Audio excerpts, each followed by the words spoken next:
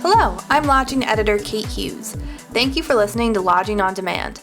For this episode, Aakash Patel, Chief Development Officer of the Witness Group, and Larry Spelts, Partner and President of the Lodging and Lifestyle Adventures Division of the Indigo Road, join me to discuss how hotels' approach to renovation and construction have changed in light of COVID-19.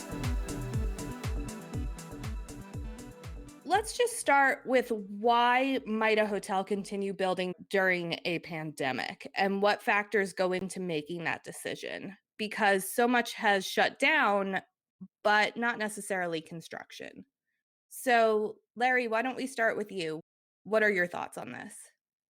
Yeah, so the main thing for us, we've got 3 active development projects. 2 are non-existing hotels, so we're creating new hotels. One is adaptive reuse, another one's new build, and then we've got a third project that is an acquisition and renovation of an existing hotel. And we had all 3 of these concurrent at the time that the pandemic began.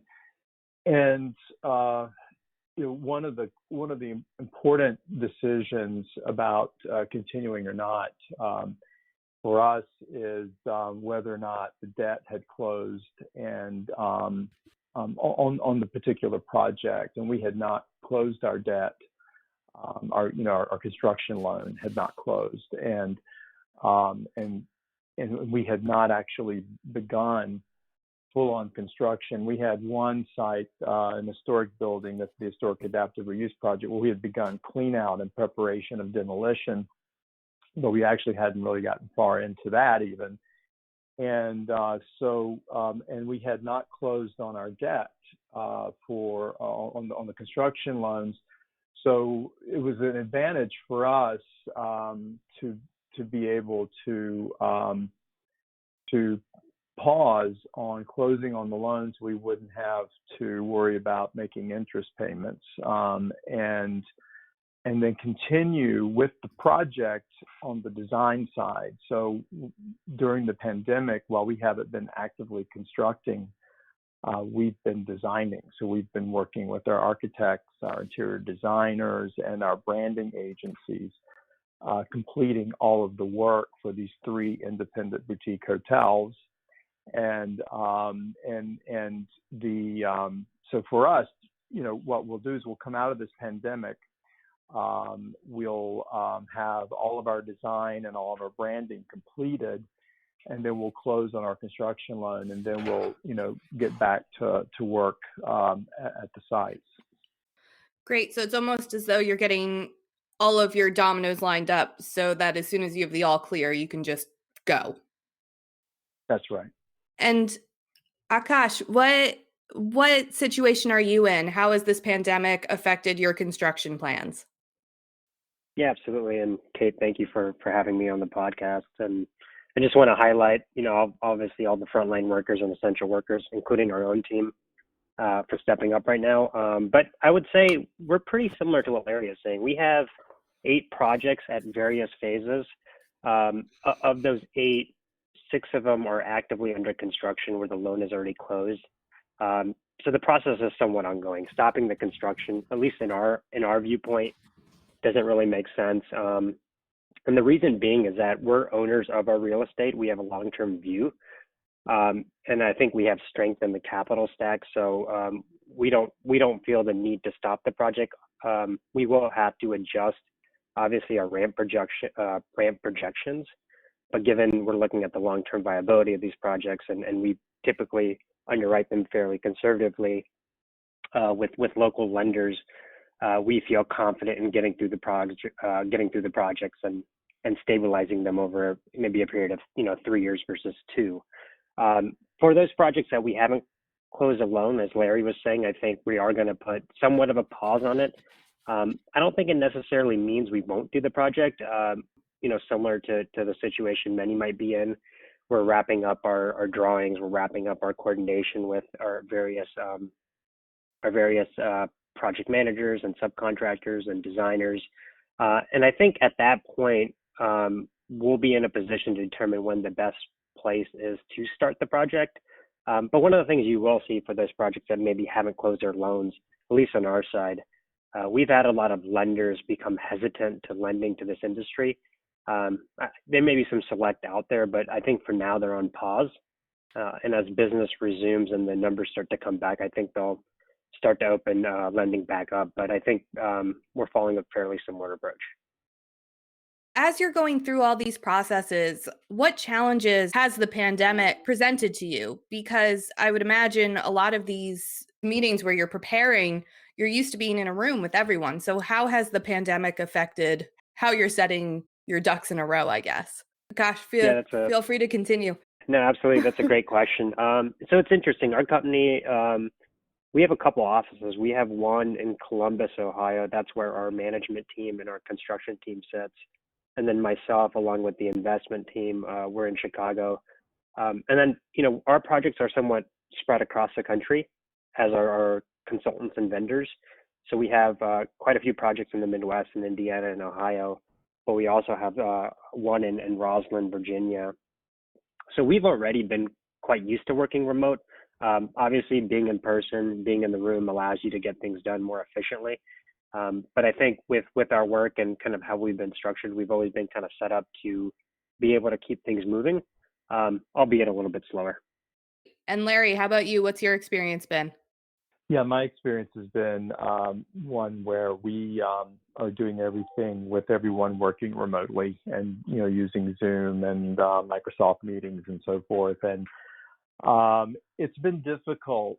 I personally, and I know I've spoken with some others on our projects, just don't feel like we get the same level of creative engagement being separated, not being in a room together, like Aakash referred to, and it's just not the same.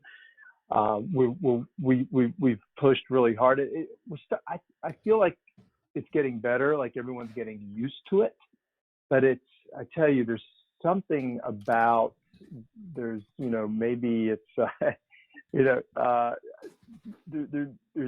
there's something, kind of basic about the human connection and creativity that just doesn't happen on a Zoom meeting. If that make any sense, call it chemistry, call it mojo, whatever it is. You can't get it through the internet or a phone call. And so I feel like it's definitely impacted, not positively. And I don't think it'll be, hopefully, inevitably to the detriment of the quality of the outcome of the project. But a good example would be, having a design review or a branding review with stakeholders and the creative agency on Zoom and coming away with an understanding of what was accomplished, and then getting the next iteration of the work product based on that call, and then seeing that what you thought you understood was going to happen was not the same thing that the others understood, and you just kind of feel like that wouldn't have happened if we'd all been in a room together. But I don't know. So when a property is undergoing construction during a pandemic, what other limitations are you dealing with? And if you don't have any properties undergoing construction right now, what limitations are you expecting when things start to open back up again? So, Larry, I know you're in the planning stages. Are you planning for that right now? We are not actively, I'll be honest with you, we're not actively contemplating that in our design meetings. I believe, what's going to happen, honestly, is we're going to rely on the recommendations and requirements of the local authorities in each jurisdiction where our project is located, and then we're going to expect that the general contractor, who's going to be responsible for the general conditions at the site, to be conforming with whatever the requirements are. And and certainly we'll, I think our role in all of this is that we hold our general contractor accountable for making certain that the site conditions are in conformance with regulations that may come out of the pandemic, and certainly in conformance with best practices for limiting the possibility of creating opportunities for the spreading of COVID-19. Right. And Aakash, how about you? Is this something you're having to contend with or are planning for? Yeah, I think, we have a variety of projects across, again, as I mentioned, Indiana and Ohio currently under construction. And for most of them, it's a GC-driven process. And as owners or owners' reps, I think we've got to be in constant communication with the general contractors to make sure, appropriate local, state, and federal mandates along with CDC guidelines are being followed. But the limitations of COVID-19 are kind of wide ranging, and it's been really interesting. I think you can have a scenario in which, a construction worker on site is directly impacted or gets coronavirus. And at that stage, there's a certain set of protocols you would need to follow. But you could also have a scenario where you have a construction worker who knows someone or knows someone that knows someone else, and they were briefly in contact with them. And then it's a process of, how do you really ensure safety? And I think in the case of potential exposure, I mean, it's really what the federal authorities have said, which is, test, trace, isolate, and support. So we did have a case where someone that was on our site, their significant other potentially was exposed to it. So we kind of put a pause on the project. Everyone from that team that was on the site that week ended up getting tested. Everyone tested negative, and then we did do a deep clean on the site and allowed the workers to come back. But again, that was all in coordination with the GC. Outside of obviously anything that's directly COVID related, I think the indirect impact can be inspection. So we also had another site where, this was probably this third week of March when states were just starting to kind of shut down and do social distancing. But we had some pretty critical inspections from a timeline perspective where we need the inspections to be done to move forward to the next stage of the project. And the inspectors weren't going out. So, I mean, it did kind of hold up our project for a week or two. They're able to do certain things, but not the bulk of the work. And you have to kind of rearrange your schedule. I think the only challenge I see, especially after looking at it for the last kind of 2 months, is in a case where a local jurisdiction kind of shuts down the project, or you have a case where you have to shut down your project for a large period of time. What I'm seeing is construction workers are still fairly busy. So the only fear I would have is beyond what you need to do to rectify the situation, having a major subcontractor, say, one of your MEP trades, pick up and go to another project somewhere further away, and that impacting your timeline. So I think from that perspective, communication and ensuring you understand the schedule is highly important. Are any of your projects, are any of them a PIP? Do you have guests in any of the hotels that are under construction? Yeah, we have a couple that are under construction. And I think with everything that's happened in occupancy being as low as it is, we went ahead and proactively, as many other hoteliers did, shut down sets of floors. So I think the way to manage and kind of maintain distance between your workers and your guests is to just take entire floors out of inventory and just focus on doing work one floor at a time, if possible, so that the overlap between the touch points is limited or kind of non-existent. What about supply chain? Because I would imagine getting the things that you need right now are a little more difficult. So Larry, have you had any issues with supply chain and getting the materials you need, or just because you're probably not at that point yet for your projects, but I assume you're looking ahead. Yeah, no, actually, the one that's a acquisition and renovation, it's going to be a very fast renovation. The hotel is closed, and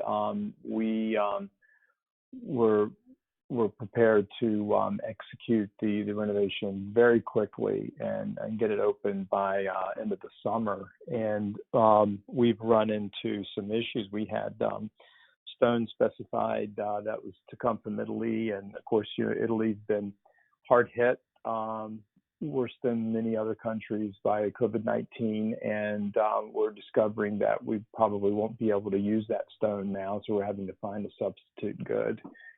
And we also on our FF&E package for the renovated guest rooms, we are searching and speaking with different manufacturers through our purchasing agent to get the status of their manufacturing facilities. Are they open? Are they closed down? Are they on partial production? And what's the pipeline look like? So that's a very real concern. And that that together with what Aakash brought up earlier about relying on the local authorities that you need to come and do inspections, or from whom you need to get your permits and things like that. They're working slower. We have one project that's a historic tax credit project, and all the various agencies that we need to complete the approvals and documentations are they're not available, or they're working very, very slowly. So supply chain and constraints on the public authorities that we need to cooperate with us. So those are all real issues. Now I want to ask you guys what advice you would have for a hotelier whose property was either under construction or undergoing a renovation, and now it's put on hold. What have you learned from your experiences here that they could use? Aakash, what do you think? Yeah, I mean, I think it's a great question, and I think probably a variety of opinions in regards to the best approach. I think the reason why the project's on hold is extremely important, but whether you're the GC or you have hired a GC, it's important to understand what your next steps are and what the schedule looks like. I mean, subcontractors, as I mentioned, are very, very busy, and they tend to move from project to project very quickly.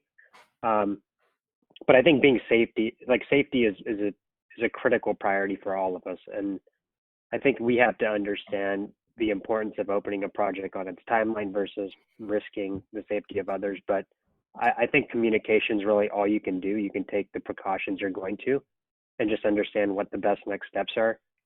It's easy to get into the path of being concerned, and I don't know necessarily that long term that's going to give you a good next option.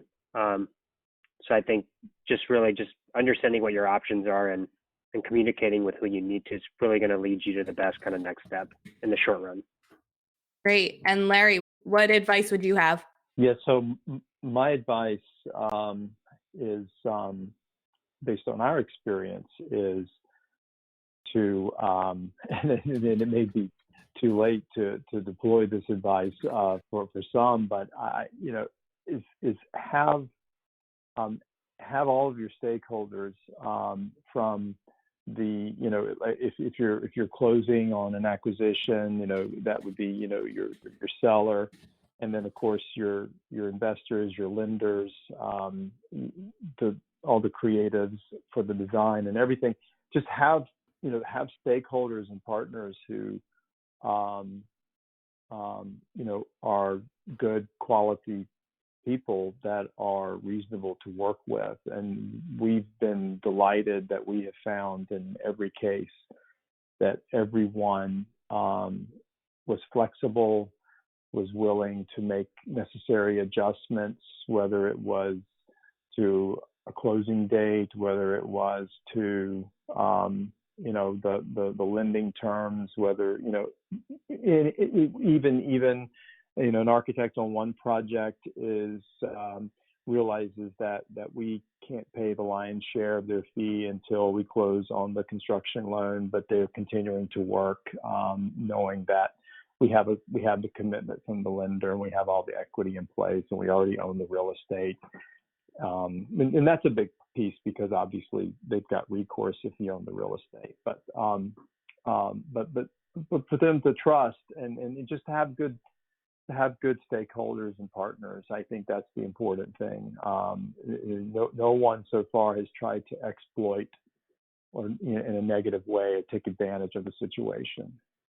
I would wholeheartedly agree with what Larry said. I think in a time like this, you got to understand everyone's facing different challenges, and having a good set of partners is probably what's going to get you to the finish line. But on the flip side, I would also say, everyone's obviously going to be looking to push their payment terms where it makes sense. But, we also look at it from the perspective of, we've had partners for 10, 15, 20 years, and some of them are also in the situation where they don't have the same type of cash flow. So we use a very balanced approach in which we have conversations with each of them, and in certain cases where we need to work with the bank to be able to pay a certain vendor sooner than later. Just as Larry's mentioned, when you have those relationships, you're able to do that and kind of help everyone out at a difficult time.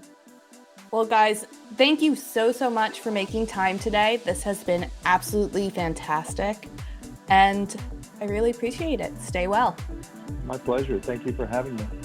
Yeah, thank you, Kate. Be safe, everyone. Thank you for listening to Lodging on Demand. If you want more content like this, please subscribe to our channel. Or you can listen to Lodging on Demand as a podcast on Apple Podcasts, Google Podcasts, and Spotify.